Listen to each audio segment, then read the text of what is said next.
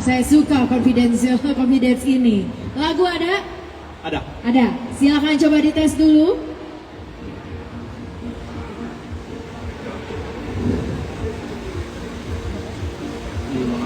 Gede dikit. Oke. Siap? Siap. Niko boleh kesini untuk menyambut para dewan juri. Alright, inilah dia juri yang akan menilai Niko Prayogo, Hejats Rani, Sensori 1, Irfan Indra, Sensori 2, Keniko, Sensori 3, Andre, Shadow Judge, Ikhlas. Oke, silakan dicoba dulu airnya. Coba tahu ada jumpy tetangga. Untuk yang baru saja memasuki arena Kopi Fest Indonesia, selamat datang. Saat ini sedang berlangsung Ottens Brewers Cup 2025 babak eliminasi preliminary, di mana kita sudah masuk ke kompetitor yang kelima. Sudah, Mbak Rani? Judges sudah siap? Niko sudah siap? Senyum dulu dong sesama juri. Alright. Sabi Kopi, mari kita beri tepuk tangan yang meriah untuk kompetitor kelima Ottens Brewers Cup Regional 2025, Niko Prayogo.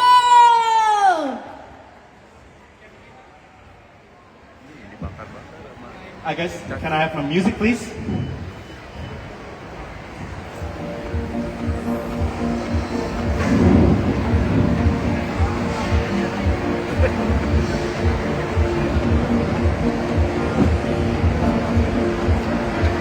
Are we ready? Hi, welcome. Residual heat. What comes to mind when this word comes up in the context of brewing?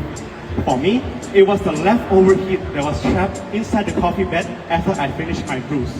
So I began to wonder, what if I can incorporate residual heat into my brew recipe? What kind of positive attributes will bring to the cup?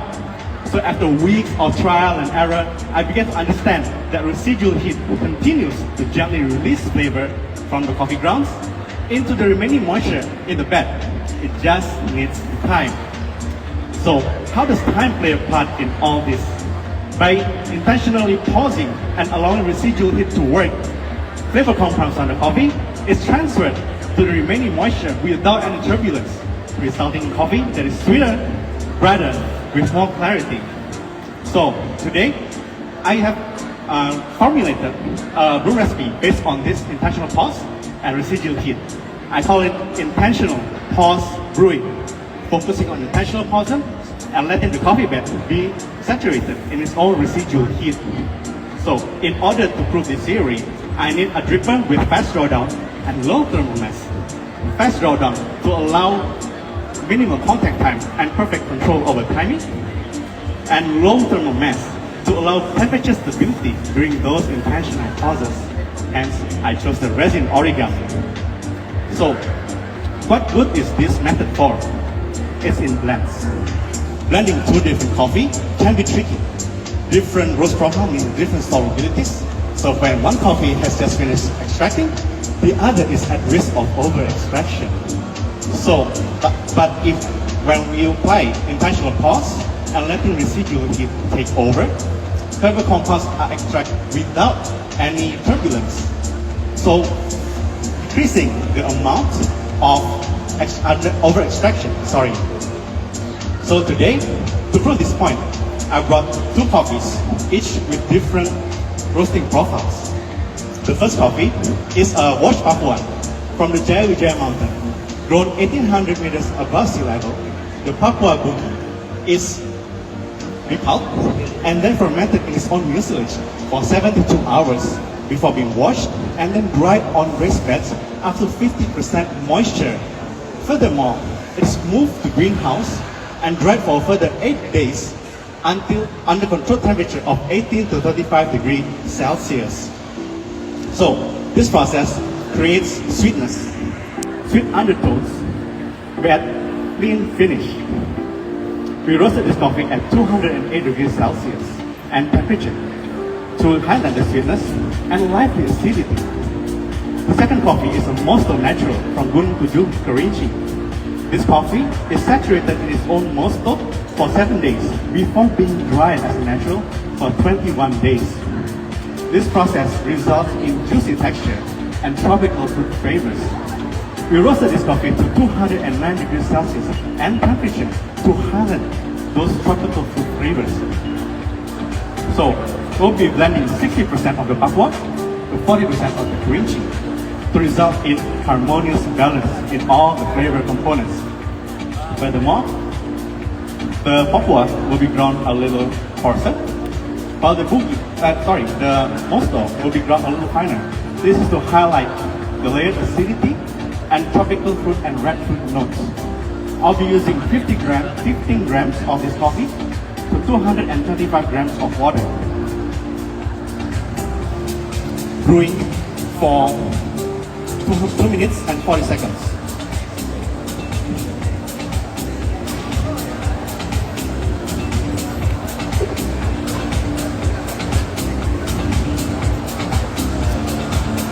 So, let's start the first pour. 40 grams and pausing for 1 minute.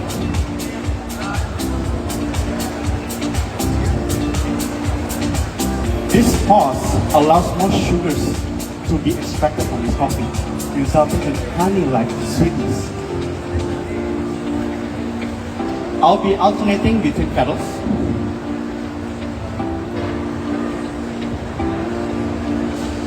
In order to maintain temperature stability.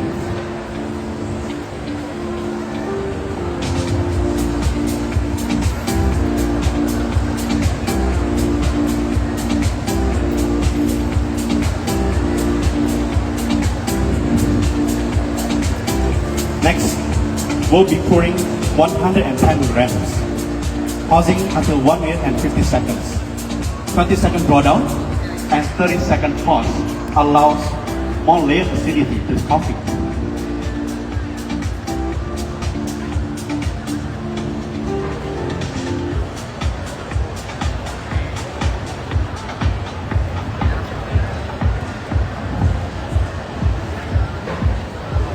So finally, after the second pour comes the third pour, 75 grams, to release the aromatics and regulate the body, giving it a medium body.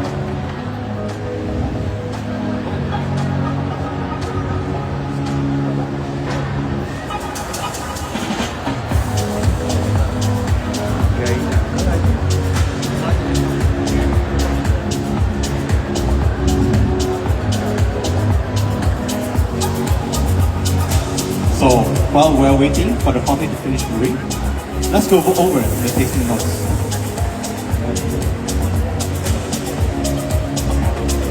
In the aroma, you'll get medium dark grapes, honey, and mandarin.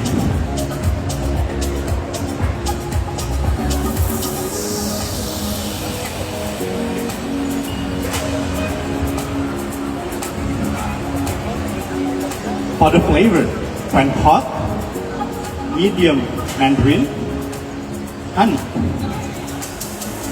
and dark grapes.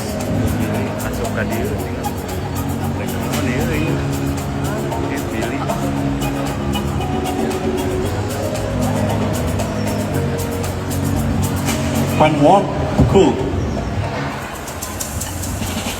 it's medium mandarin as well as nectarine. So the aftertaste is medium honey and grapes when hot, and when cool and warm to cool, it reminds me of mandarin.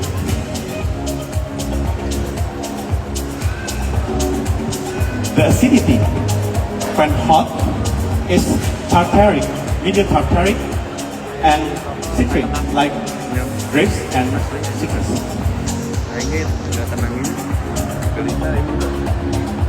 Also, in the sweetness, it's got medium honey-like sweetness when hot and medium mandarin sweetness when warm to cool.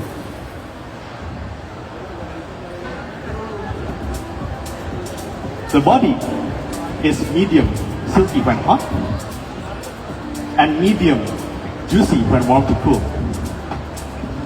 So judges, as we are going to prepare to assess the aroma, please inhale twice and swirl 3 times in between to get a layered aroma sensation. Andre, this is for you. Niko, this is for you. Irfan, this is for you. Judges, I'll be right back. This is for you.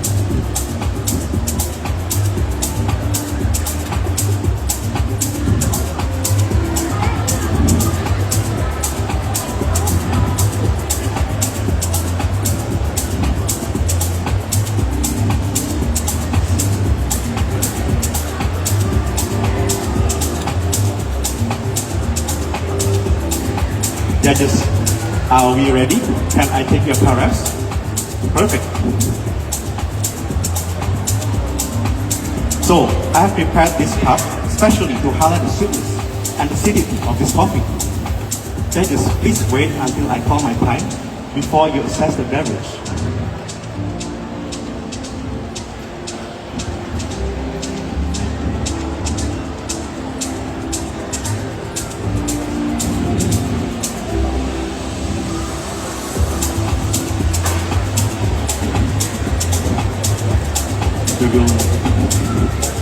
Here you go, Niko. Here you go, Irfan. So, at first, I never actually looked at residual heat as a variable for my brews. However, through this journey, I found the potential and the importance of residual heat in my brews. And I believe when I give it enough time, it will create an impact to time. Alright, Niko, boleh kesini Niko. Nggak usah kesini. Udah mau silam aja dari panggung.